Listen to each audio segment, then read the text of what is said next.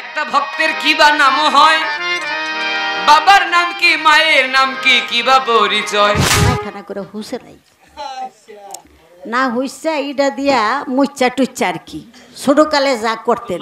এই যে বড়বীর দেখেন, এই যে আমার সন্তান হয়েছে, এই যে এই যে বড়বীর দেখেন, এই যে সন্তান, এই যে জানু তোমার মনের কথা কহিয়া দিব গো, জানু তোমার মনের কথা কহিয়া দিব গো, কহিয়া দিব। একই ডাইসের মধ্যে থেকে একটা হয় ছেলে আবার একটা হয় মেয়ে। তোহারই কইতাছে উস্তাদ দাঁত কটা মাইজা লইতাম, কয় দাঁত মাছ বিকেল লেগা গু খাইছস না বড়। বাবা মা যদি ইচ্ছা করে একটা অলিয়া সন্তান পয়দা করতে পারে, আবার বাবা মার যদি ভুল থাকে তাদের ভুলের সন্তানের সময় চোরও হয়ে যায়। বীর্য ঐশ্বর্য এইটা যদি ধারণ করতে পারেন তাহলে আপনার রাজ্য ঠিক থাকবো, নাহলে রাজ্য শেষ। প্রশ্ন করলাম উত্তর দিবে রে, সবাই শুনবে রে, পরাণ ধরবে রে, জ্ঞান বাড়বে।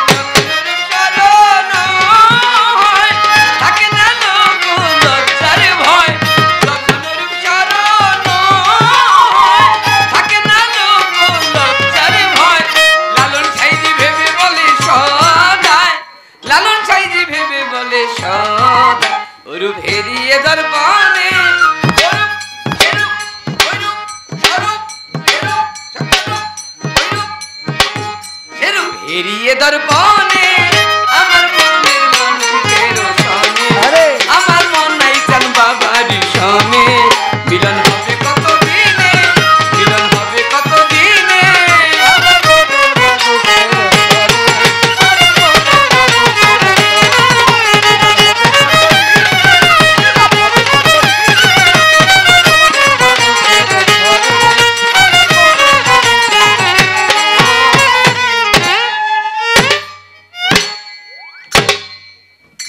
এবং ভক্ত পালাটি দেওয়ার জন্য তাদের প্রতি ধন্যবাদ।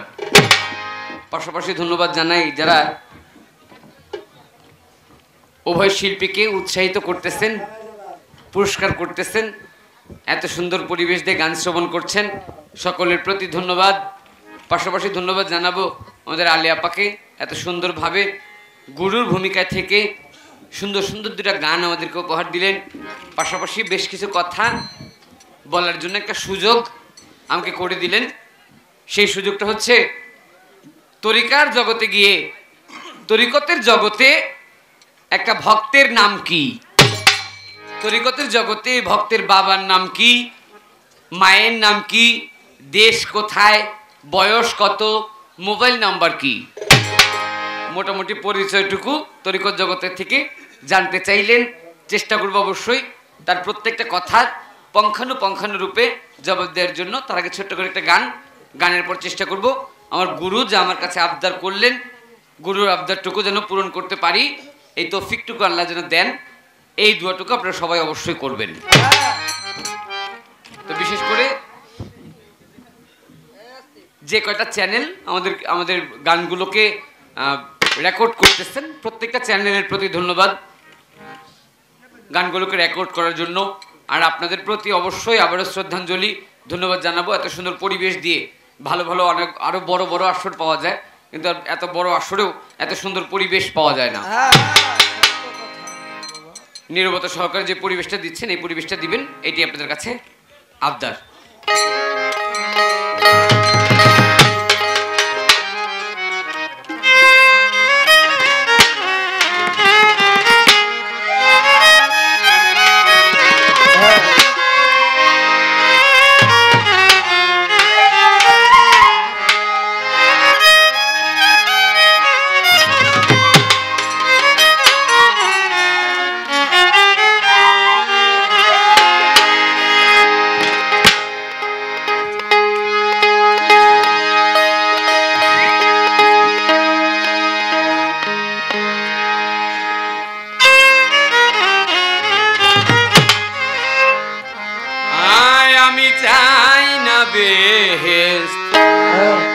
দয়াল চাই না দুজন,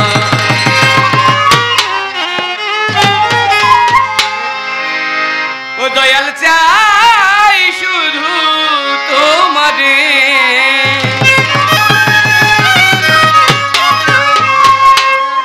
ওই আমি চাই শুধু তোমারে, চাই না বেহেশত, চাই না দুজক, আমি চাই না বেহেশত, চাই না দুজক, আমি চাই দয়াল তোমারে, আমি চাই দয়াল তোমারে, চাই না বেহেশত, চাই না দুজক, আমি চাই না বেহেশত, চাই না দুজক।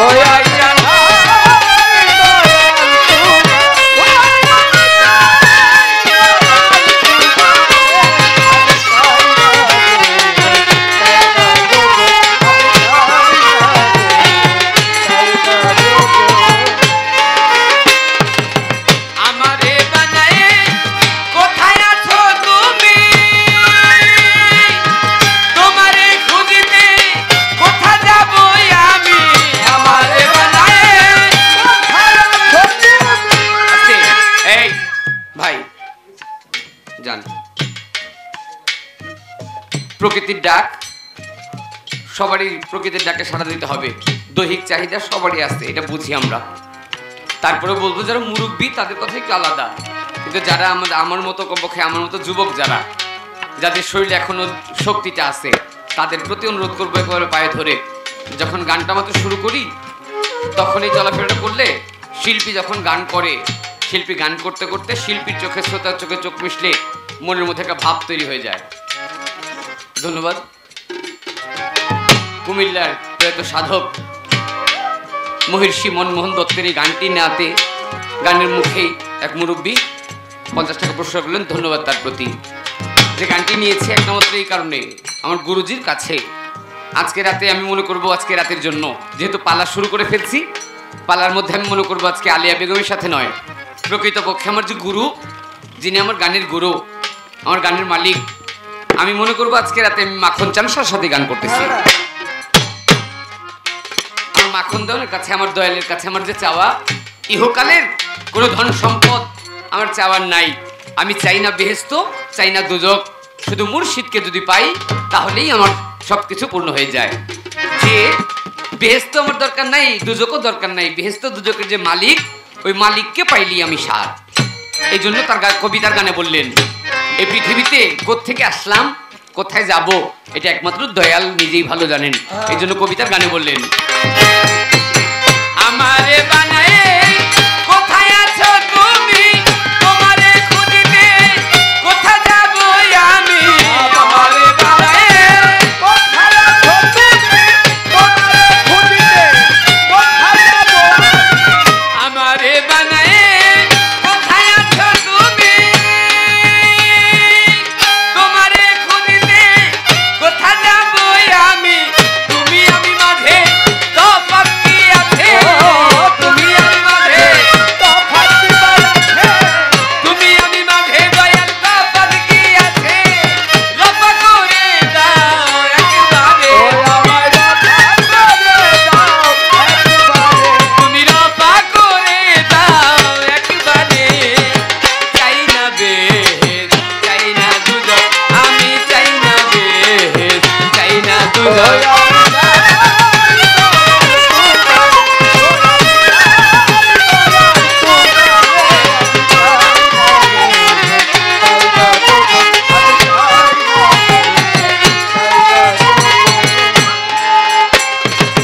চাই না পাপ পুণ্য, চাই না ভালো মন্দ,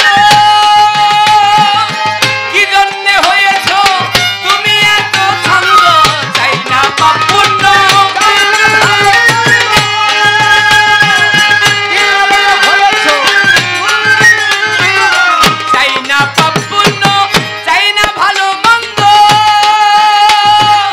কি জন্যে হয়েছ তুমি এত ছন্দ, ঘুচাই দাও দ্বন্দ্ব মনে আনন্দ, ঘুচাই দাও দ্বন্দ্ব মনে আনন্দ, ঘুচাই দাও দ্বন্দ্ব আমার মনের আনন্দ, ঘুচাই দাও দ্বন্দ্ব মনের আনন্দ, দিয়ে প্রেমানন্দ ভরে,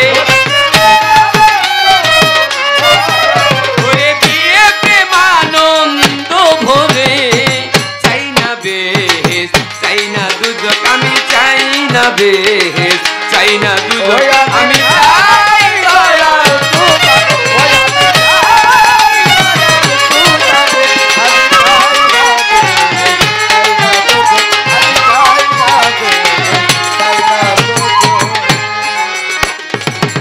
সদাই তুমি আমার বলে দাও প্রাণে,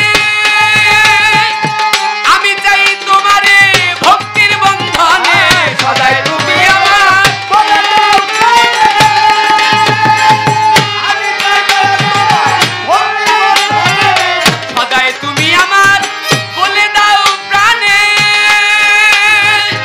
আমি চাই তোমারে ভক্তি বন্ধনে, খুলে দাও আখি প্রাণ ভরে দেখি, খুলে দাও আখি প্রাণ ভরে দেখি, খুলে দাও আখি তোমায় প্রাণ ভরে দেখি, খুলে দাও আখি প্রাণ ভরে দেখি, অখণ্ড মণ্ডলাকারে, তুমি অখণ্ড মণ্ডলাকারে, চাই না বেহেশ, চাই না দুজক, আমি চাই না বেহেশ, চাই না দুজক, আমি চাই দয়াল তোমারে, ওই আমি চাই দয়াল তোমারে, চাই না বেহেশ, চাই না দুজক, আমি চাই না বেহেশ, চাই না দুজক, আমি চাই না বেহেশ, চাই না দুজক। এবার মহাজনী গানের ছন্দ বারণ রেখে যাই, ভক্তের কাছে যে বাঞ্ছা করলেন গুরু পূরণ করতে চাই, আমার গুরুর যে আবদার এই আসরের ভিতরে, বলিব বলিব কথা বলবো ধীরে ধীরে, কয়েকটা প্রশ্ন কয়েকটা পরীক্ষা রেখে ভাবের খোঁচা দিল, ওই ভাবের খোঁচাই আমার অন্তরে লাগিল। তরিকতের জগতে একটা ভক্তের কি বা নাম হয়, বাবার নাম কি মায়ের নাম কি কি বা পরিচয়, বয়স কত মোবাইল নাম্বার কত দেন না রে বলিয়া, এই কথাটি আমার কাছে গেলেন জিজ্ঞাসিয়া। তাহার কথার আসরেতে জবাব দিতে চাই, যেভাবে তে বলে গেলেন ভাবুকের গোসাই, যেইভাবে তে আসরেতে ভাবের খোঁচা দিল, ভাবের খোঁচাই আজকে আমার অন্তরে লাগিল। ভাবের খোঁচা যেইভাবে তে অন্তরে লাগিল, ও মোর আল্লাহ রে প্রশ্ন করলো রে খোঁচা দিল রে, আজকের আসরে খোঁচা লাগিল রে, বুকের ভিতরে আগুন জ্বলিল রে, আগুন জ্বলে রে, নিভাই কেমন করে, প্রেম জ্বালা কি জ্বালায় অন্তরে, ও মোর আল্লাহ রে, প্রেম জ্বালা কি জ্বালায় অন্তরে, ও মোর আল্লাহ রে।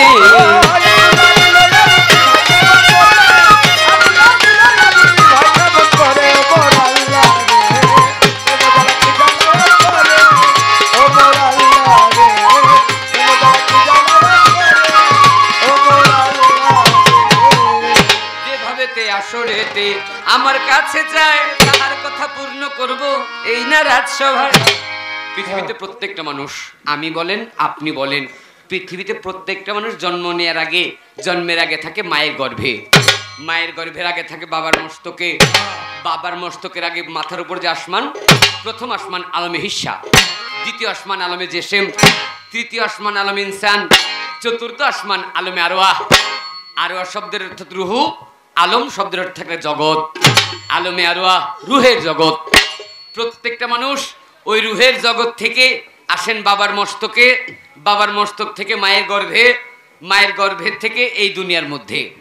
তাই আমি ওই আলমে আরওয়াহ রুহের জগৎ থেকে যখন বাবার মস্তকে আসছিলাম, বাবার মস্তকে আসছিলাম একটা বিন্দু রূপে। এই জন্য তরিকত জগতে যদি নাম প্রকাশ করা হয়, কানন, এই যে কানন দেওয়ান আমার ডাক নাম, এটা যখন এই দুনিয়ার মধ্যে জন্ম নিছি, জন্ম নেওয়ার পরে আকিকা করে আমার নাম রাখছে কানন। কিন্তু ওই রুহের জগৎ থেকে যখন বাবার মস্তকে আসছি তখন ছিলাম বিন্দু রূপে, এই জন্য আমার তখন নাম ছিল বিন্দু জালাল। বিন্দু জালাল, এই বিন্দু জালাল হিসেবে ছিলাম বাবার মস্তকে। বাবার মস্তকের মধ্যে আমার বাবা যখন তার কাম উত্তেজনায় মায়ের কাছে কাম চাহিদার্থের জন্য যখন মায়ের কাছে গেলেন, বাবা কর্ম করে কাম করে, এরপর আমার বাবা রক্তের মাধ্যমে 70 ফোঁটা রক্ত থেকে 1 ফোঁটা বীর্য, 1 ফোঁটা বীর্যের মধ্যে থাকে লক্ষ লক্ষ কীট, লক্ষ লক্ষ কীট ছিল। এই লক্ষ লক্ষ কীটের মধ্য থেকে মা বাবার মিলনকালে যদি মায়ের ডিম্বকোষে 1টা কীট যায় তাহলে 1টা সন্তান হয়, যদি 2টা কীট যায় 2টা সন্তান হয়। তাই আমার বাবা আমাকে কাম করে মায়ের ডিম্বকোষে পাঠিয়েছিলেন, এই জন্য সেদিন বাবার নাম ছিলেন কামাল। বাবা কর্ম করে 1 বিন্দু পানি রূপে মায়ের গর্ভে দিলেন, মায়ের গর্ভে 1 মাসে 1 বিন্দু পানি। বাবারে ভাগ্য করে খা,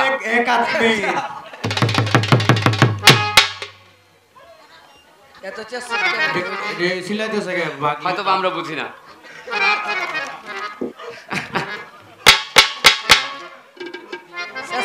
বাবা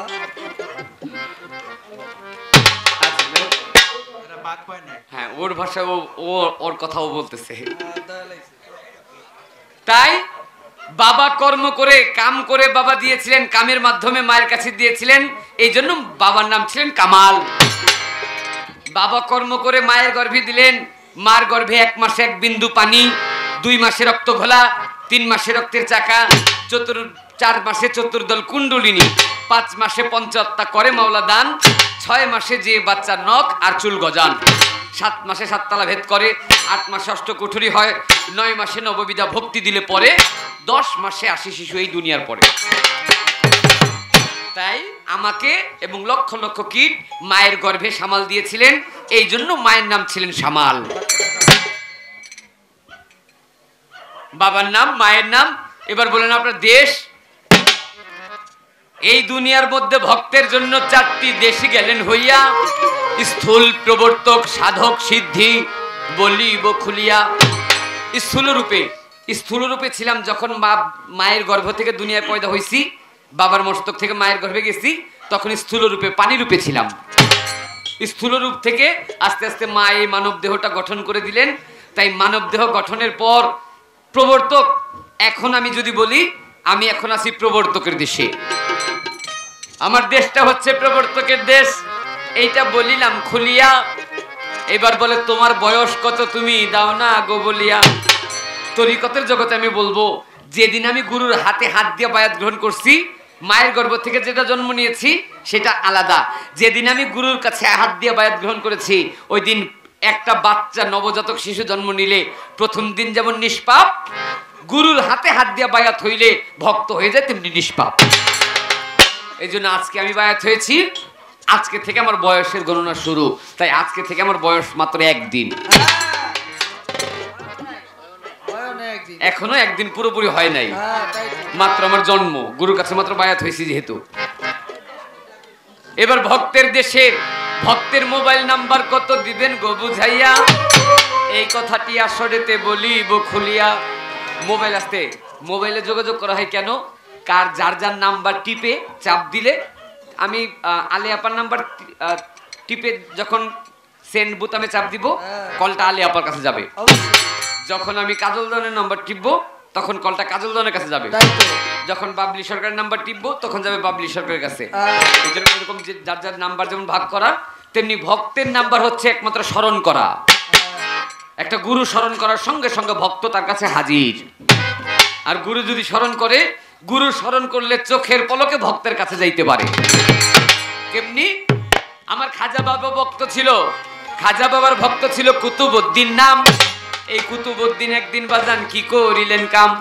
কুতুবউদ্দিন বখতিয়ার কাকি খাজা বাবার ভক্ত হয়ে খাজা বাবার থেকে খেলাফতি হাসিল করে, কামলিয়াত হাসিল করে তিনি চলে গেলেন দিল্লির মধ্যে।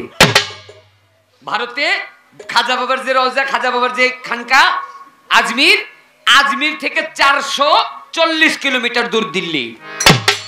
এই দিল্লিতে আমার খাজা বাবা পাঠালেন তার ভক্ত কুতুবউদ্দিনকে। কুতুবউদ্দিন দিল্লিতে গেলেন, দিল্লিতে লোকজন বায়াত করলেন। দিল্লির যে বাদশাহ, দিল্লির বাদশাহ তখন ছিলেন বাদশাহ আলতামাস। খাজা বাবার ভক্ত কুতুবউদ্দিন গিয়ে ওই আলতামাসকে বায়াত করলেন। আলতামাসকে বায়াত করার পরে ওই কুতুবউদ্দিনের জায়গা হইল বাদশাহ আলতামাসের পাশে একটা চেয়ার দিলেন, কুরসি দিয়ে।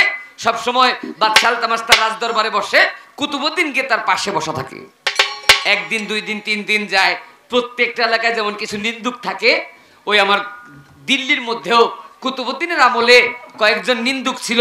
কিছু মাওলানা বেশধারী কিছু লোক ছিলেন যারা কুতুবউদ্দিনকে তেমন ভালোবাসতেন না। তারা কুতুবউদ্দিনকে হেউ প্রতিপন্ন করার জন্য, কুতুবউদ্দিনকে একটু ছোট করার জন্য একটা চক্রান্ত সাজাইলেন। কি চক্রান্ত? একটা গর্ভবতী মহিলা, ওই গর্ভবতী মহিলাকে কিছু টাকা পয়সা দিয়ে ভাড়া করলেন। ভাড়া কইরা পাঠাইলেন বাদশাহ আলতামাসের দরবারে। ওই মহিলা গিয়া ওই কিছু কুচক্রি মাওলানাদের কথায় টাকা পয়সা পেয়ে ওই গর্ভবতী মহিলা চলে গেলেন বাদশাহ আলতামাসের দরবারে। বাদশাহ, আপনার দরবারে আমার একটা বিচার। বাদশাহ বলে, কি বিচার? কয় বিচার হচ্ছে এই, একটা লোক আমাকে বিয়ে করবে এই আশাবাদ দিয়ে, বিয়ের প্রলোভন দেখিয়ে তিনি আমার সাথে সহবাস করে। সহবাসের পরে এখন আমার গর্ভ হয়ে গেছে, এখন আমার গর্ভে বাচ্চা, এখন আর সে আমাকে বিয়ে করতে চায় না, এখন আর সে আমার ডাকে সাড়া দেয় না। বাদশাহ আলতামাস ডাক দিয়ে বলে, আমি তার কঠিন বিচার করব। ওই ব্যক্তি কে তুমি একবার বলো। আর ওই গর্ভবতী মহিলা ডাক দিয়ে বলে, বাদশাহ আপনি যে বিচার করবেন আগে ভেবে নেন, আমার বিচার করবেন তো? সেই ব্যক্তি যদি আপনার খুব কাছের হয়, বাদশাহ আলতামাস ডাক দিয়ে বলে, সে আমার যত কাছেরই হোক আমি তার ছাড় দিব না, তার বিচার আমি ঠিক করব। কে সেই ব্যক্তি তুমি বলো। আর ওই গর্ভবতী মহিলা বলে, ওই ব্যক্তি আর কেউ নয়, ওই যে আপনার পাশে বসা আপনার যে পীর হুজুর কুতুবউদ্দিন বখতিয়ার কাকি, ওই ব্যক্তিটা হচ্ছে কুতুবউদ্দিন বখতিয়ার কাকি। এই কুতুবউদ্দিন আমাকে বিয়ের প্রলোভন দেখিয়ে আমার সাথে থেকে আজকে গর্ভ হয়ে গেছে, এখন আর আমার ডাকে সাড়া দেয় না, এখন আর আমার কাছে আসে না।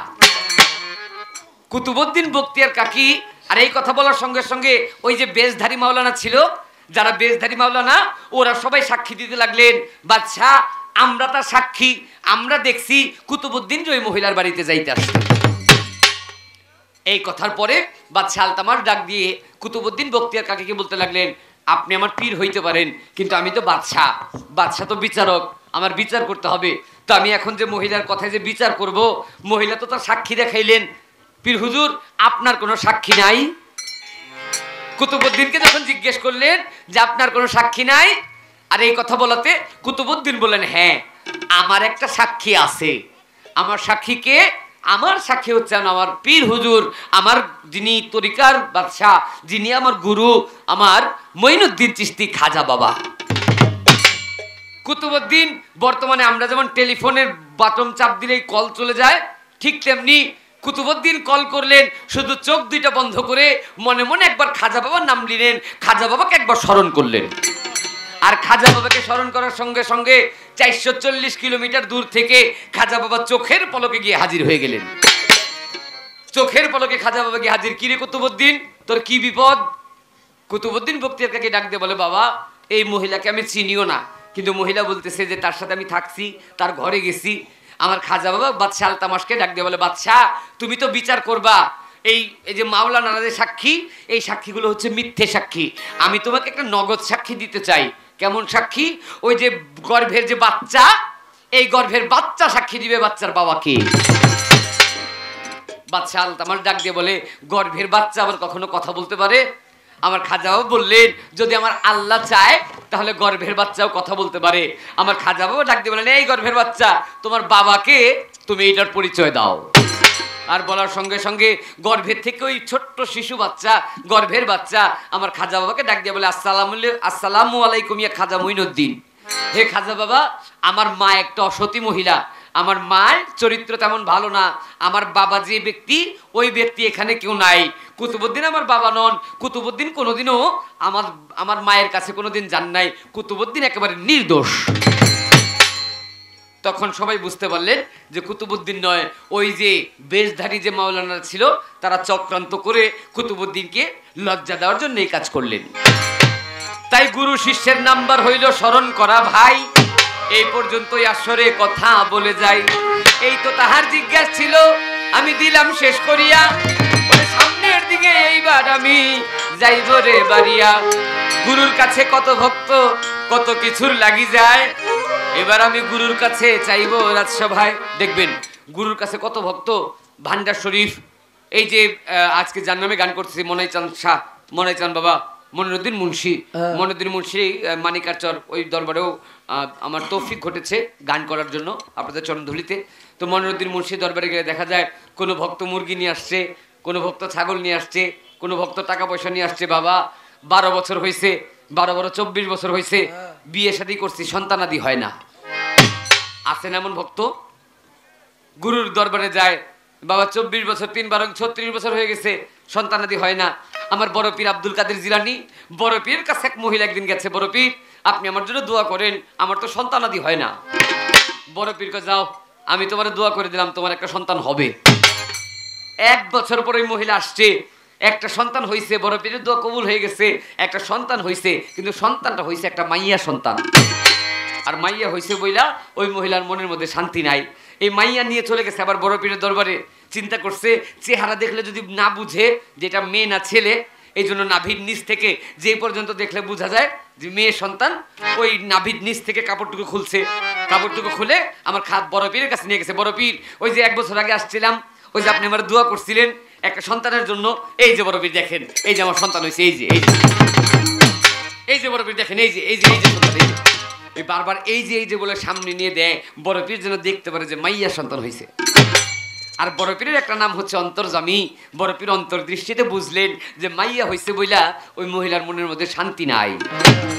বড় পীর মনে মনে চিন্তা করলেন, আরে আগে তো সন্তানই ছিল না, আগে ছিল নাম আটকুরা, কেউ বলতো বন্ধা, এখন একটা সন্তান হয়েছে, ওই আটকুরা নামটা ঘুষে গেছে, তারপরে তোর মধ্যে শান্তি নাই। আমার বড় পীরের মধ্যে একটু জালালি চলে আসলেন। জালালি ভাব নিয়া আমার বড় পীরকে কাছে নিয়ে আয়। ওই মহিলা কাছে নিয়ে গেছে, ওই যেই পর্যন্ত নাভির থেকে নিচ পর্যন্ত কাপড় খুলছে, আমার বড় পীর জালালি নজরে শুধু একবার নাভির থেকে নিচ পর্যন্ত তাকাইছে। আর বড় পীর তাকানোর সঙ্গে সঙ্গে ছিল মাইয়া, ওই গেছে ছেলে। মহিলা কয় বড় পীর এইবার ঠিক আছে, এইবার আমার মন মতো হয়েছে, এবার ঠিক আছে। ওই মাইয়া নিয়ে ছেলে নিয়ে চলে গেছে বাড়িতে। 17-18 বছরের পর আবার আসছে, বড় পীর আমার আপনি কেমন সন্তান দিলেন? কয় কেমন দিলাম? কয় এটা বিয়া করাইতেও পারি না, বিয়া দিতেও পারি না। মানে ওই যে নাভির থেকে নিচ পর্যন্ত বড় বীর তাকাইছে, ততটুকু ছেলে হয়ে গেছে, যতটুকু বড় বীর তাকায় নাই ততটুকু মাইয়াই রয়ে গেছে। অর্ধেক মাইয়া অর্ধেক ছেলে। আমার বড় পীর ডাক দিয়ে কয়, মা গো, এটা তো আমি বানাইনি, এটা তুই বানাইছস। তুই যদি আমার পুরোটা দেখাইতি, পুরোটা দেখতাম, পুরোটাই ছেলে হইতো। তুই আমার অর্ধেক দেখাইছস, আমি অর্ধেক দেখছি। এটা তো আমার তো যা, ওরে তুই বিয়ে করাইতে পারস না, বিয়ে দিতে পারস না। আমি আব্দুল কাদির ওর জন্য একটা ব্যবস্থা করে দিলাম, ও বিয়ে বসতেও পারবে, বিয়ে করতেও পারবে। গুরুর কাছে মুরিদ হওয়া মানে বিয়ে বসা।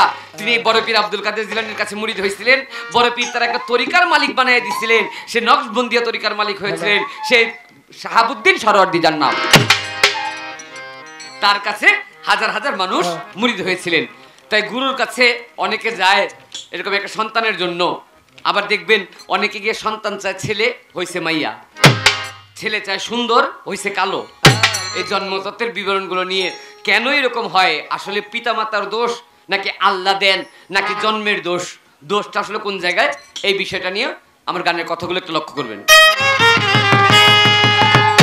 আগে জন্মতত্ত্বের বিবরণ গো, জন্মতত্ত্বের বিবরণ ব্যক্ত করে বলো গুরুধন। জন্মতত্ত্বের বিবরণ গো, জন্মতত্ত্বের বিবরণ ব্যক্ত করে বলো গুরুধন।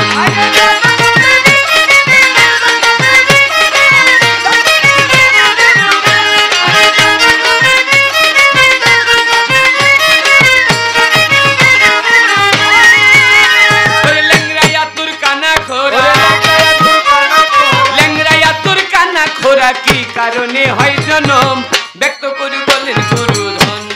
জন্মতত্ত্বের বিবরণ গো, জন্মতত্ত্বের বিবরণ ব্যক্ত করে বলেন গুরুধন।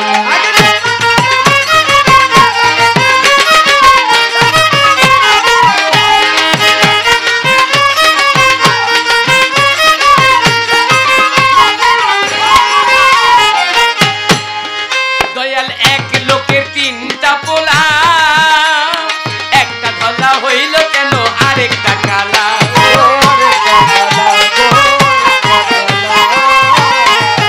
দয়াল এক লোকের তিনটা পোলা, একটা ধলা হইল কেন আরেকটা কালা?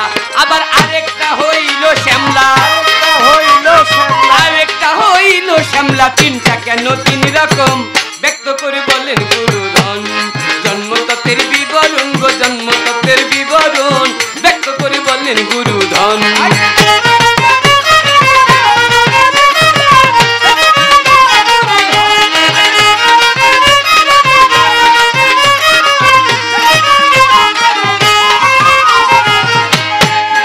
দয়াল একটা লম্বা আরেকটা খাটা, দয়াল বলেন এই কথাটা। একটার না খাড়া হইল আরেকটার চেপটা।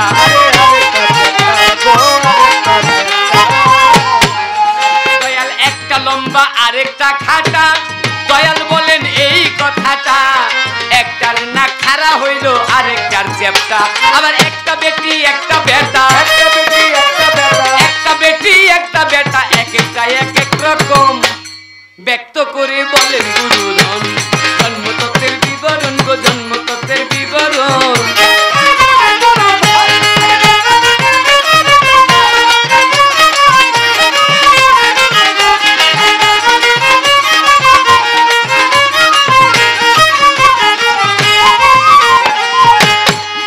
দয়াল সাধু দরবেশ ওলিয়া উলিয়া বলেন আপনি কেমন করিয়া? মাতৃগর্ভে মহাপদ্মে আসে চলিয়া।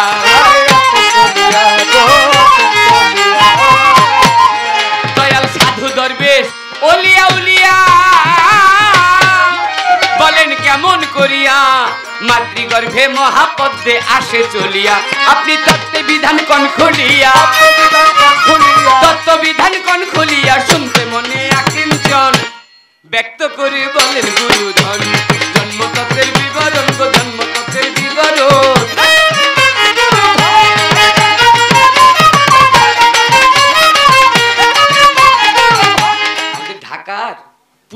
মধ্যে একটা জায়গা আছে লালবাগ, আপনারা চিনেন না? অনেকের চিনা। লালবাগ এলাকার মধ্যে একটা জায়গা আছে, জায়গাটার নাম হচ্ছে ইসলামবাগ। এই ইসলামবাগ গেলে দেখবেন ইসলামবাগে হচ্ছে প্লাস্টিকের কারখানা বেশি। ইসলামবাগের মধ্যে প্লাস্টিকের কারখানা যেমনি বেশি, তেমনি এই প্লাস্টিকের কারখানায় প্রত্যেক বছর একদিন না একদিন আগুন লাগবেই, প্রত্যেক বছরই আগুন লাগে। তো ভাগ্যক্রমে একবার এই প্লাস্টিকের কারখানায় দেখতে কোনো কাজে গিয়েছিলাম। তো প্লাস্টিকের কারখানায় গিয়ে দেখলাম যে বড় বড় ডাইসের এক পাশ দিয়ে, মেশিনের এক পাশ দিয়ে ওই প্লাস্টিক গরম করে দানা দানা বানায় এক পাশ দিয়ে যদি প্লাস্টিক দেয়, যেটা কলসির ডাইস, ওটার মধ্যে লাল রঙের প্লাস্টিক দিলে লাল রঙের আরেক পাশ দিয়ে কলসি বের হয়। যেটা কলসির ডাইস ওটার মধ্যে প্লাস্টিক দিলেই কলসি বের হয়। যেটা বোলের ডাইস ওটার মধ্যে দিলে বোল বের হয়। যেটা প্লেটের ডাইস ওটার মধ্যে দিলে প্লেট বের হয়। যেটা গ্লাসের ডাইস ওটার মধ্যে দিলে গ্লাস বের হয়। একটা ডাইসের মধ্যে আবার গ্লাসের ডাইস দিয়ে আবার জগ তৈরি হয় না, জগের ডাইস দিয়ে জগ, গ্লাসের ডাইস দিয়ে গ্লাস। আমার জানা দরকার বাবা একজন, মা একজন, মা বাবা একটাই, কিন্তু একই মা বাবার গর্ভ থেকে সন্তান বের হয়, দেখা যায় সন্তান একটা কালো, একটা সাদা, একটা শ্যামলা। একই ডাইসের মধ্যে থেকে একটা হয় ছেলে, আবার একটা হয় মেয়ে। ডাইস একটা, কিন্তু এটা সাপ্লাই এক এক রকম হওয়ার কারণটা কি? তাই একই বীজে এত রকম, একই বীজে এত রকম হইতেছে কিসের কারণ? ছোট্ট করে এই গানের কথাগুলো, এই কথাগুলো আমাদেরকে একটু বুঝিয়ে বললে সবাই, অনেকের জানা, অনেকে এখানে আমাদের মতো আমার মতো অনেক যুবক হয়ে আছে যারা নতুন নতুন বিয়ে করছে। গানের মধ্যে একটা কথা রয়ে গেছে, দয়াল সাধু দরবেশ ওলিয়া উলিয়া বলো কেমন করিয়া মাতৃগর্ভে মহাপদ্মে আসে চলিয়া। বাবা মা যদি ইচ্ছা করে একটা ওলিয়া উলিয়া সন্তান পয়দা করতে পারে, আবার বাবা মার যদি ভুল থাকে তাদের ভুলের সন্তানের সময় চোরও হয়ে যায়। তো এই বিধানটুকু আমাদের মধ্যে তুলে ধরলে আমাদের অনেকের অনেক কিছু জানা হবে। তাই বিধানের কথাই আসরেতে জিজ্ঞেস করে যাই, যতটুকু সম্ভব বুঝাইবেন ভাবুকের গোসাই। এই পর্যন্ত কথা রেখে সামনে বাড়িয়া ছোট্ট একটা গান করিয়া আজকে থাকিব বসিয়া। এই পর্যন্ত ওই আসরেতে কথা গেলাম রেখে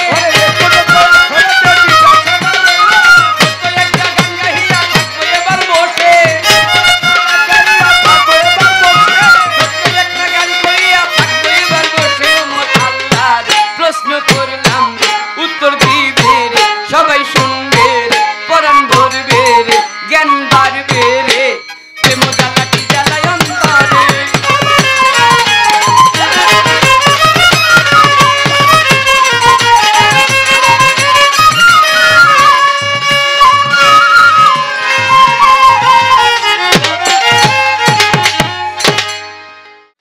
লাল ইসলামবাগ আর লালবাগ, তখন ভাই মনে করছে যে লালবাগ তো আমার বাসায় নিয়ে আবার কিছু হইল, আনন্দ নিয়ে আবার ওই বাসার কথা কিছু কইয়া বয়।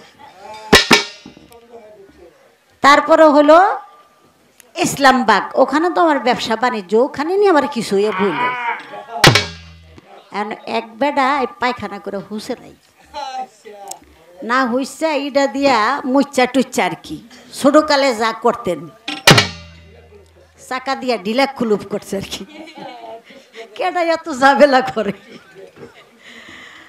আইয়া গানে বইছে আর কি, কবির গানে। এখন ওই কবি করছে কি, কথা কইতে কইতে এখন একটা দরতালয়ে কইতেছে, শাম তোমার মনের কথা,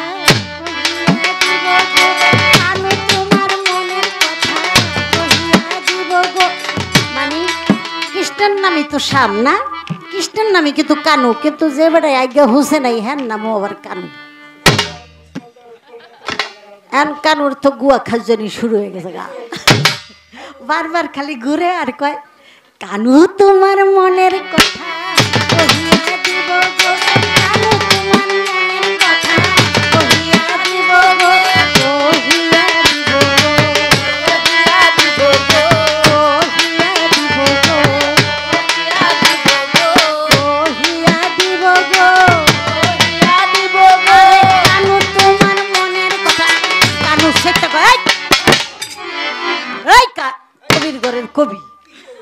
তুই কি কবি? আমি যে ওটার সময় পানি না পাইয়া পায়খানা করে যে হুসি নাই, এটাও তো কবি। তুই যে বারবার কইতাছস কানু তোমার মনের কথা কইয়া দিব, আমি বুঝি রাখি কইতাছ, বুঝছেন তো কথা? এই আর কি। এই তো যাই হোক, কি আর কম, জীবনে তো 50 বছর তো এই গেল, গান বাজনার মধ্যে কত কথা যে দেখলাম আর কত কিছু যে শুনলাম, এটার মধ্যেও কিন্তু একটা ব্যাপার হয়ে গেছে। আমি কই টাঙ্গাইল বারিন্দা, ঘরের লোকে যে বারিন্দা, এ বারিন্দা না, গ্রামের নামই বারিন্দা। হ, তোরা বালি বয়াতি পার্টি লইয়া গান গাইয়া যাইতাছে প্রায়, জানেন তো আগে 15-20 মাইল আইটা কিন্তু গান গাইতাম আমরা। তো আইটা যাইতে যাইতে গান শেষ, আইটা যাইয়া একটা হোটেল পাইছে, তোরা বলে বইতে কয় কি আয় একটু নাস্তা করে লই। এখন নাস্তা করতে বইছে, এক দুহারি কইতাছে, উস্তাদ দাঁত কটা মাইজা লইতাম। কয় দাঁত মাছ বিকেল লেগা গু খাইছস না বড়, মানে হালিম নাম। তা এরকম কাহিনী দুনিয়াদারিতে বহুত আছে, মন্দ বলতে কোনোটা নাই, আছে কিছু, মন্দ বলতে কিছু নেই, সবই ভালো। তাও তো হইছে, নাকসেপটা হইলো হইছে, যদি না হইতো তাহলে তো আটকুর হয়ে যেত গা। এটা লইয়াই শুক্রিয়া করেন। কিরে বাবা, আমাকে মাদারীপুর একজনের পোলা হইছে কিন্তু গুয়া হয় নাই। তাহলে গুয়া মানে কিছুই হয় নাই, গুয়া হইছে কিন্তু সেদা হয় নাই, জেন্দা পায়খানা করবো হেডেই হয় নাই। আর কি করছে তখন হইলো নদীরাম ডাক্তার আর কি, হ্যাঁ হরিরাম ডাক্তার, তার কাছে ওই গুয়ার সেদা বানানোর লেগা দিছে। এটা বহুত পুরানো দিনের কথা কিন্তু। তো সেদা বানাইতে যাইয়া পোলা গেছে মরিয়া, দেখছেন? আঙ্গ দেশে কয় আল্লাহ দেয় হোগা, হরিরাম দিব হোগা। মানে মাইসে কেরামতি করতে গিয়া পোলা মরিয়ে গেছে। তো আল্লাহ যা দেয় এইটারই শুক্রিয়া করুন, ভালো না? নাক বুসা হইছে হইছে, আবার কোনোটা মনে করেন পেটের থেকে যাই সুক্কা হয়, ওই দুধ খাইতে যাইয়া করে কি মায় আবার আরেক গপ্প করতে যাইয়া জাতাদা ধরে। কি আপনারা বেডারা কিন্তু বুঝবেন না, আমরা কিন্তু বুঝি এই সমস্ত। জাতাদা প্রথম বাচ্চার তো নাক মুখ সবই তো নরম নরম, ওই তার মায়ের বুকের দুধের জাতায় অনেকের নাক বুসাই যায়। এটা আবার কোন হাদিস তো নানমান, কোন দলিল তো নানমা, আমি নিজেই দলিল। যদি বিশ্বাস না হয় যার যার ঘরের হেরে জিগাইয়েন গিয়া, জালো হয় কইছে এই কথা। এটা গান গাইলে তারপরে খবর লইতাছে।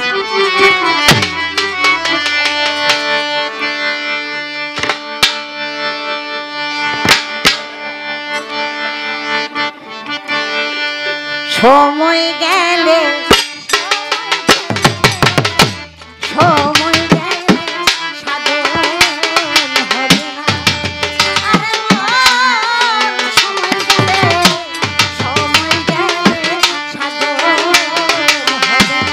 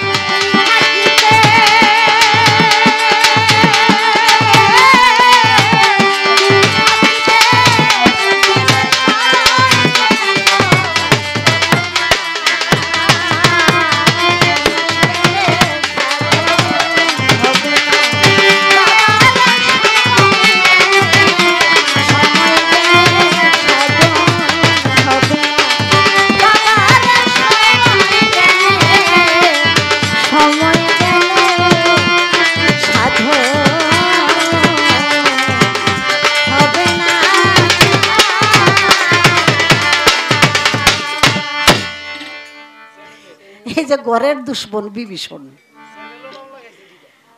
তো যার ফলে এখানে যদি একটা কথা নড়চড় হয়ে যায় একেবারে কিয়ামত পর্যন্ত সাক্ষী হয়ে যায়।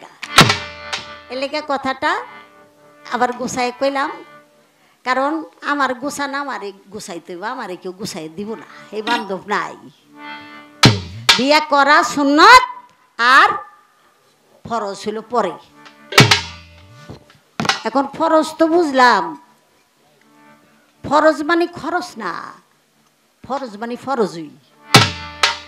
এখানে তো খালি ফরজের নামে খরচ হয়ে যেতেছে। এই খরচ হইয়া যে কত আত্মা কত প্রাণ শেষ করে ফেলাইতেছে কোনো খবর আছে? অনেকে দেখি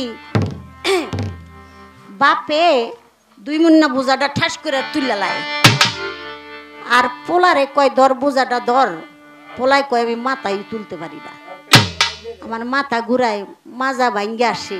কে ব্যাপারটা কি? ব্যাপার ওই ব্যাপারটা হয়ে গেছে, যা দিয়া সে চলবে এবং শক্তির কাজ করতে পারবে, তার ভিতরের যে সেই মহাশক্তি, সেই মহাশক্তিটা সে নিম্ন দ্বারে শেষ করে ফেলছে নাকি? পোলারে কয় পোলা এটা ধর, পোলাই পারে না, গুইরা পুইরা যায়। বাপে আফসোস করে কয় আমার আগে কি যাবি গানি। কে আছে না এরকম পোলা? পোলার সে বাপের এই জুয়েন না দেখা যায় বেশি। তো এরকম কিছু ব্যাপার সেবার আছে বাবা, খালি মন চাইব আর যাইব তা কিন্তু না। স্ত্রী আর স্বামী দুইজনের মধ্যে বহুত ব্যাপার স্যাপার রয়ে গেছে গায়ে। এখানে আপনি একটা সন্তান জন্ম দিবেন, এর আগে আপনার একটা প্রস্তুতি থাকতে হবে। অপ্রস্তুতভাবে বাবার কাছ থেকে মার পেটে সন্তান গেল, এটা মায়ও কইতে পারে না, বাপেও কইতে পারে না। কি করে 2-3 মাস হয়, পরে আবার কম্পিউটারে চেক করে পোলা না মাইয়া। আমাকে এক বয়াতি মাইয়ার পেটে বাচ্চাই ছিল, বাচ্চাটা হয়েছে উপতা হইয়া রয়েছে, বুঝছেন? বুঝছেন কিন্তু কথাটা, উপতা হয়ে রয়েছে না, লেঙ্গুর না ঠেঙ্গুর এটা কোনোটাই ধরা পড়তেছে না, কোনো টেরই পাইতেছে না। ওই যেদিন একটা মেয়ের পেটে বাচ্চা আসবে সেদিনই তার খবর হয়ে যাব, সে বলতে পারবো তার গর্ভে কি ছেলে আইছে।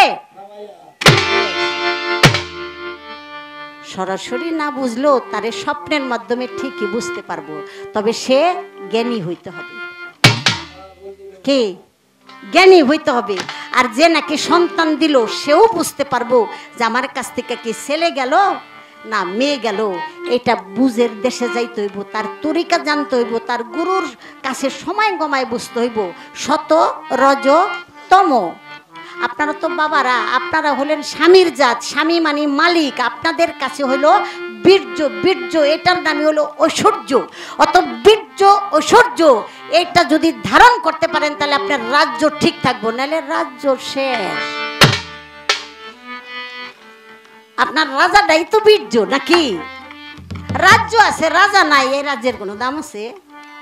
কোনো দাম নাই। এটাকে আপনার হিসাব নিকাশের মাধ্যমে চালায়া রাখতে হবে। শত রজ তম, এই 3টা কি? শত মানি স্বচ্ছ, স্বচ্ছ মানি পূর্ণিমা আলোকিত, আর রজ, রজটা কি বাবা? রজটা হলো মেয়েদের মাসে মাসে ঋতুবতী হয়, রজশালা হয়, 7 দিন পর্যন্ত তার রক্ত নির্গত হয়।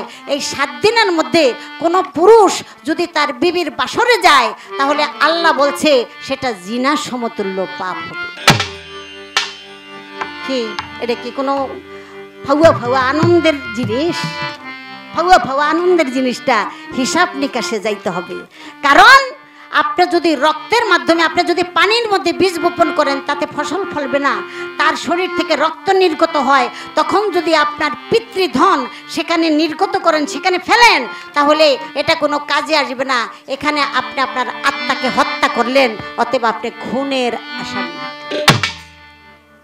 আপনি যেখানে খুনের আসামি হয়ে গেলেন অবশ্যই আপনার জবাবদিহিতা করতে হবে। আল্লাহ একটা পর্যায়ে বলছে তুমি পশুর মতো কাজ করলা, আধ্যাত্মিকতায় বলছে তোমার আগামীতে পশুর কোলেও যাওয়া লাগতে পারে।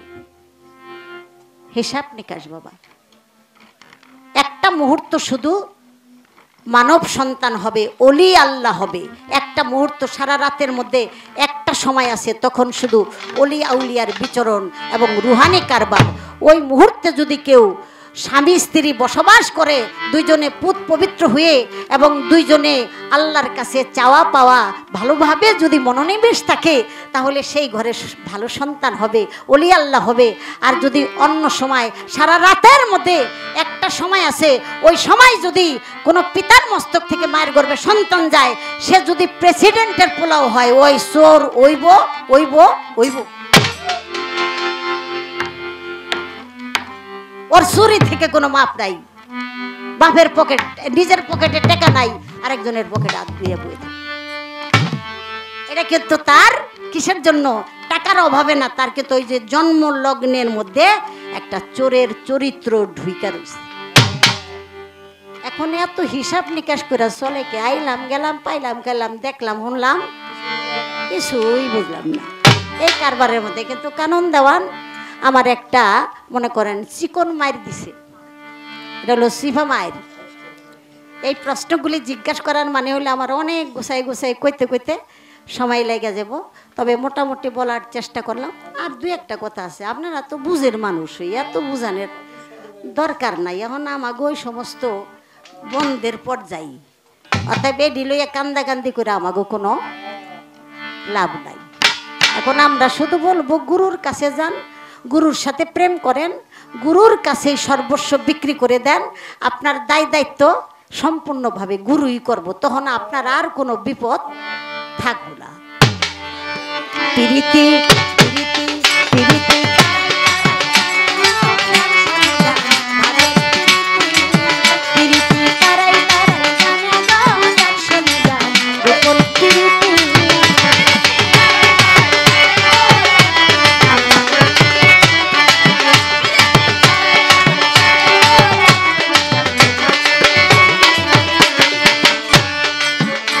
আরে কিসের আমার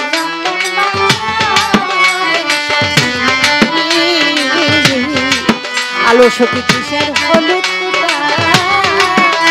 আরে চোখের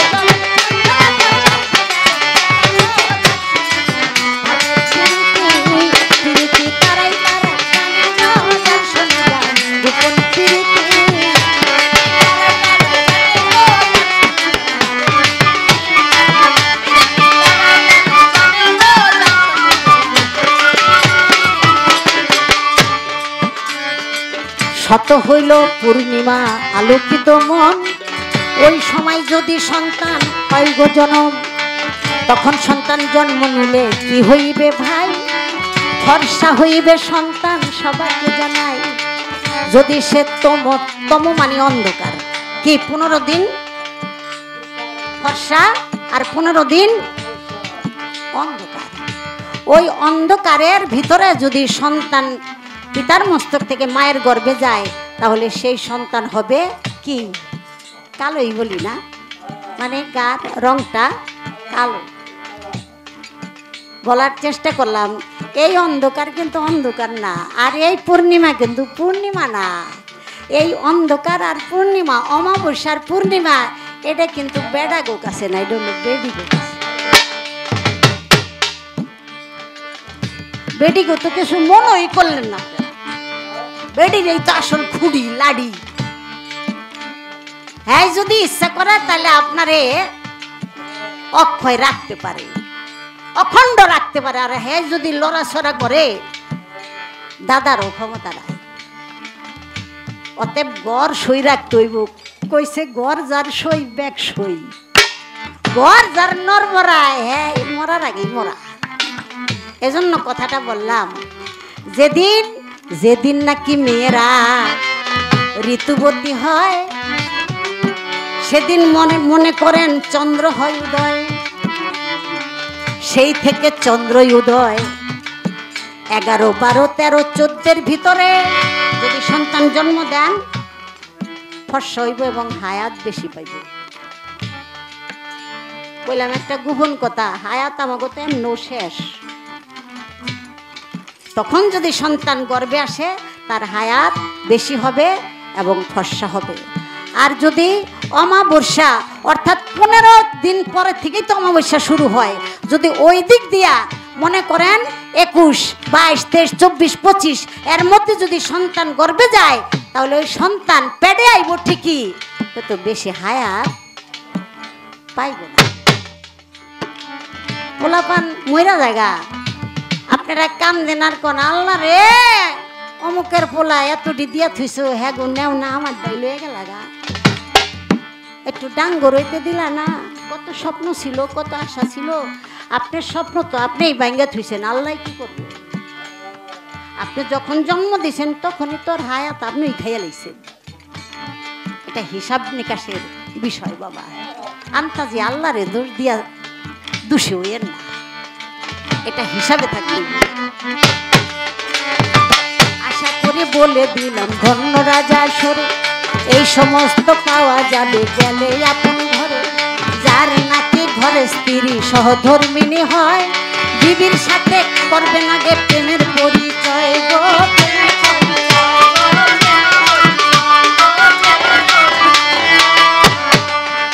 ওরে তাহার সঙ্গে প্রেম করিলে হবে এই ভুবন গো। যার সঙ্গে ভাবের প্রীতি, যার সঙ্গে গোপন প্রীতি।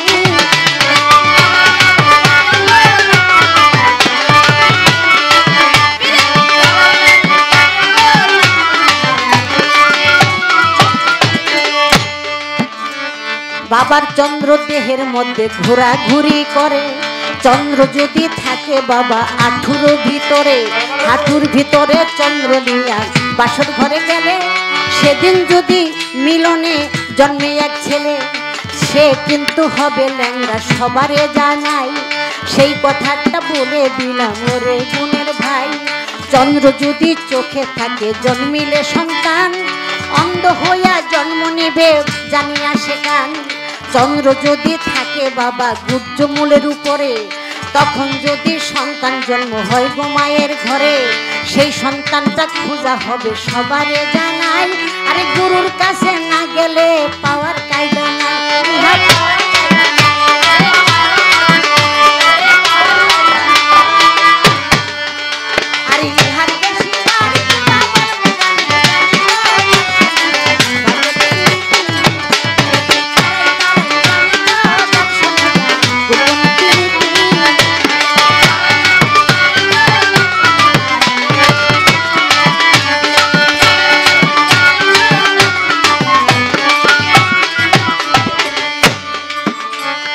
আশা করি এই পর্যন্ত রাখলাম আমি, আর বলার দরকার নাই বাবা। একটা মজার জিনিস যদি বারবার কয়, পুনরাবৃত্তি পুনরাবৃত্তি, সেটার কিন্তু স্বাদ থাকে না। এজন্য ঘুরে ফিরে একই জায়গার কথা সে আমারে জিজ্ঞাসা করছে, বলে ওলি হইব কেমনি? অলির কথা বলছি বাবা। অলি হইতে গেলে গলি ঠিক থাকতেই নাকি? না পাক গলি দিয়া অলি আইব না। অলির বাপ হইতে হইলে তার গলি ঠিক থাকতে। এটাই এক ওয়াজের মঞ্চে এক হুজুর কইছিল, সেই কথাই আমার একটু বলে রাখা ভালো। এক হুজুর ওয়াজের মঞ্চে বলিতেছে ভাই, আমি সেই কথাটা এক জ্ঞানীর মুখে শুনতে পাই। ওয়াজের মঞ্চে বলেছিল, কি বলেছিল? বাবা সকল, কোনো বাবার বড় ছেলে যদি বাবার জন্য দোয়া করে তাহলে সেই দোয়াটা আল্লাহ কবুল করে। তা এক ছেলে দাঁড়ায় বলছিল, হুজুর আমি আমার বড় ছেলে, আমার বাবা প্রায় 12 বছর বিছানায় অসুস্থ, আমি তো প্রতিদিন আমার বাবার জন্য দোয়া করি, আমার বাবা তো সুস্থ হয় না। তখন হুজুর বলছিল, বাবা একটা কথা বলি, তুমি লজ্জা দিও না। কি কথা? যে তুমি যে তোমার বাবার বড় ছেলে, এটা তুমি কেমনে বুঝলা? মাইর দিছেন একটা। আমরা যে আমাদের বাবার ঘরে বড় ছেলে, এটা কিন্তু আমরা কইতে পারি না। বললো বাবা তুমি যে তোমার বাবার বড় ছেলে এটা তুমি কইতে পারো না, একমাত্র তোমার বাবাই জানে যে সে যখন যৌবন প্রাপ্ত হয়েছে, তার শরীরে যখন যৌবন আসছে, তখন সে কোন নষ্ট অসৎ দুশ্চরিত্র বন্ধুর গলা ধরে কোন নর্দমায় তার মহা বড় ছেলে তার আলোকিত সন্তানকে ফেলে দিয়ে আসছে। অতএব সে আর আশা করবে কিভাবে, তার ঘরে কি সন্তান। এজন্য আল্লাহ বলেছে সংযত থাকো, সংযত থাকো, জিহাদ করো। জিহাদে আকবর সেটা হলো প্রবৃত্তির সাথে, নফসের সাথে জিহাদ করতে হবে। আমি যদি এক টুকরা গোস্তকেই যদি আমি কন্ট্রোলে না রাখতে পারি, তাহলে আমি শ্রেষ্ঠ মানুষ হইলাম কেমনি? যে হয় ধৈর্যচ্যুত সে হয় পরাজিত, যে নাকি ধৈর্য ধারণ করতে পারে সেই বিজয় হতে পারে। আমি আপনাকে এই কথাটুকুই বললাম। আর দয়াল নবী বলেছেন এক থালা খাবার তোমরা গ্রহণ করো, এই খাবারের মধ্যে একটা দানা মাত্র রহমতের দানা। তুমি খাইতে যাইয়া একটা দানা যদি মাটিতে পড়ে যায়, প্রয়োজন বোধে 7 বার ওই দানাটা ধোও, এটাই তো বলছেন। প্রয়োজন বোধে 7 বার ধুইয়া ওই দানাটা গ্রহণ করবা, কারণ যেই রহমতের একটা দানা সেটা ওই দানাও হইতে পারে। কথা কিন্তু দুইটা একরকম হয়ে গেছে গা। প্রত্যেকটা পুরুষের মধ্যে আল্লাহ তাআলা একটা ওলি পর্যায়ের সন্তান দান করছে আল্লাহ, এটা রহমানের রাহিম আল্লাহ দান করছে। তবে তার দানের সন্তানটাকে তার নিয়ন্ত্রণে রাখতে হবে, উশৃঙ্খল হইলে চলবে না। বলা কওয়া হইল সারা, ইহার বেশি নাই, ইহার বেশি নাই রে ভাই, ইহার বেশি নাই। এইবার আমি ছোট্ট একটা করি জিজ্ঞাসা, আশা করি বলে দিবে ভাই কানন্দ, ভাই কানন্দ।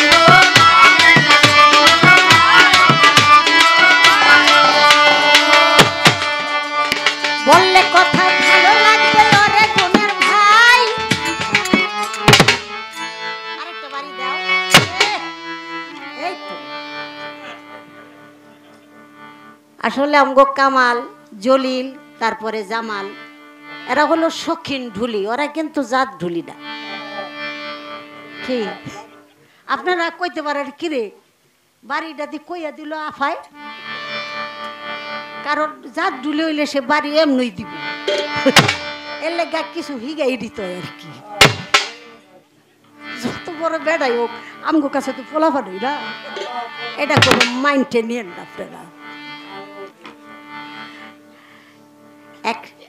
এক লোক শিষ্য হইব আর কি, ওই শিষ্যটারে শিষ্য বানানো খুব জরুরি। গুরু মানে ওই শিষ্য এমন একটা কাম করব, গুরু হেডা মানে পারে না কইলে তো গুরু শুরু হয়ে যায় না, মানে গুরু করব না।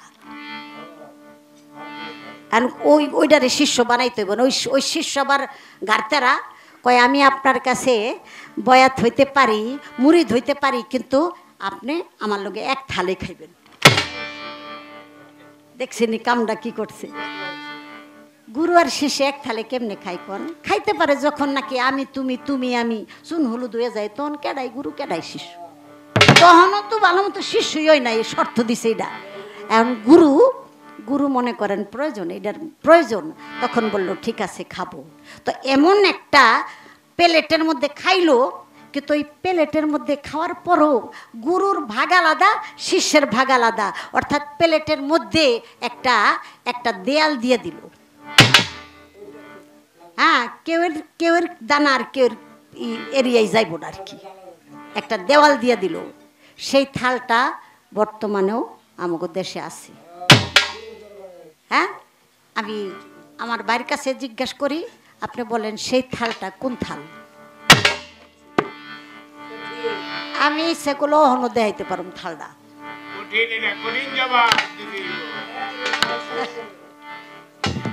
আশা করি আপনি আসলে কথাটা বললে খুব ভালো লাগবে। আসলে কি নতুন কিছু বিশ্রায় পাইতাছি না দেখে এটা চেষ্টা চালাইতাছি। এই কথাটা আপনার কাছে রয়ে গেল, আপনি আমার কাছে জবাবটা দিবেন পারবেন, এটা আমার বিশ্বাস। আমি আর মাখন কাকা যখন গান গাইতাম, যদি প্রশ্নে ঠেক্কা যাইতাম তাহলে হাতে পায়ে ধরে কইতাম কাকা এটা কোন হাদিসে আছে কোন, অন্তত হাদিসটার নামটা কইতো, বাইর যাইয়া ওই হাদিস সংগ্রহ করতাম, পড়তাম, তারপরে নাস্তা খাইতাম, তারপরে ঘুমাইতাম। এই আসছিল আমাকে বয়তিগিরির জমানা। আর আজকাল ইউটিউব চ্যানেল বাড়িছে 12-24 খান বিচ্ছেদ হিকবো আর বাবারে বাবা বয়তুই গেলাম, আর কোনোটাই লাগবো না। 18 মাইল হাইটা হাইটা গান গাইছি কি ওই মরিচার থেকে হাইটা গেছি বাঞ্ছারামপুর। কয় বছর বয়সে? তখন আমার 8 থেকে 9 বছর বয়স। ওই যে আব্দুল্লাহ স্যার মাজারে গানে যেতাম হাইটা হাইটা। এই কষ্ট করে যদি গান হিগন লাগতো, গান ছাইরা কি করতো, চাকরি বাকরি করে খাওয়ান লাগতো আর কি। এই জন্য একসময় আমি আর মাখন কাকায় গান করছি তখন, এবং সেই মাখন কাকার ঘরেই কিন্তু কানন দেওয়ার। এই জন্য আমি করা প্রশ্ন জিজ্ঞেস করতেছি, নাহলে অন্য বাচ্চা কাচ্চার এত চাপ দেওয়া যায় নাকি? বলা ভালোই নাকি? আমি তো মাখন কাকারই মনে করতেছি, এই জন্য জিজ্ঞেস করলাম। আশা করি আমরা শুনবো। ওরে আশা করি